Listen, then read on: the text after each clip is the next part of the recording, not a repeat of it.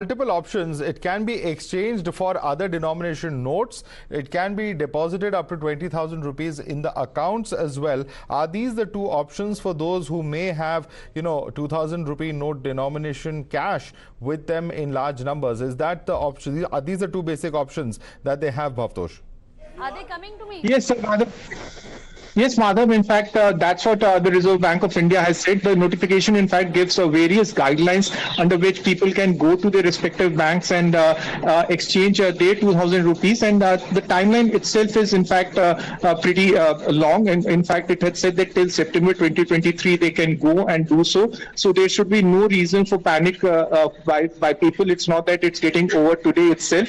And there are various guidelines and guidelines that have been given by the Reserve Bank of India. In fact, we can put out that notification which specify as to how the people should go and exchange the 2,000 rupee notes. Well, what is important, Madhav, is that already 2,000 rupee notes are not under circulation, much under circulation. In fact, if you go to bank or ATM, if you use any ATM, the only notes that are being dispensed is 500 rupee notes or 100 rupee notes. So people would not have much of a problem, but 2,000 rupee note will not be legal tender very soon.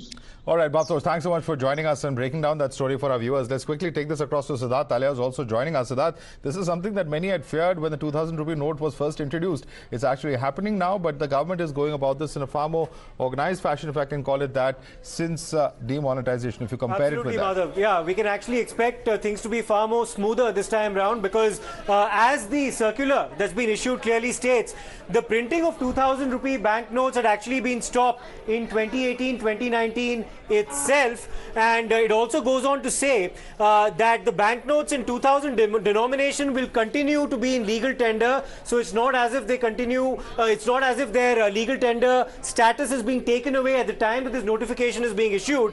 It also says that in order to ensure operational convenience, and this is where we come into the bit about how things proceed from here on, and to avoid disruption of regular activities of bank branches, exchange of rupees 2,000 banknotes into banknotes of other denominations can be made up to a limit of rupees 20,000, Madhav. That's the important figure, at a time at any bank starting from the 23rd of May. So this will not kick in immediately as the demonetization announcement had on the 8th of November 2016, if you remember that, Madhav. Now, of course, more time being given for customers as well to ensure that they have adequate time to accumulate whatever 2,000 rupee banknotes they have. Okay, stay with us. Siddharth, please stay with us. We have with us Mr. Mehrotra, Santosh Mehrotra, joining us on the phone line. He is, of course, a noted economist. Mr. Mehrotra, what do you make of this particular announcement, the fact that they have brought out a roadmap as to what citizens can do, can't do in terms of actually exchanging their notes? They will continue to be legal tender meanwhile. That's the information coming in from the RBI. Up to 20,000 rupees that can be exchanged for currency of different denominations. Money also, the option being given of it being deposited in bank accounts is the information that we have. The RBI withdrawing the 2,000 rupee currency notes, though, is something that many had speculated. It's now happening. Yeah, exactly right. That we had anticipated that this is going to happen. I have never understood why, after the end of demonetization, it was introduced at all, because it was the exact opposite of what the logic was behind demonetization. The logic of demonetization was supposedly to bring down black money, but the larger the denomination, the more the potential for it being used for black money transactions. Be that as it may, this was needed, and in any case it was sort of going out of circulation. And I just hope that people don't suffer the same kind of difficulties in getting their money back as we had all suffered, and the entire population had suffered, and the whole economy had suffered at the time of demonetization. Right. Right. Please stay with us, Mr. Mehrotra. We also have Mr. Ajay Verma, who's a market expert, who's joining us on the phone line as well. Mr. Verma, your initial comments, it's a move that many anticipated, the 2,000 rupee note itself. Why was it introduced? Our questions coming in from Mr. Santosh Mehrotra. But if you've gone through the RBI statement, do you expect things to be far less chaotic this time round, given the fact that the government is not officially sort of removing it as a legal tender? See, as far as the notes legal validity goes, as of May 23rd, rupees 20,000 at a time can be exchanged with the bank.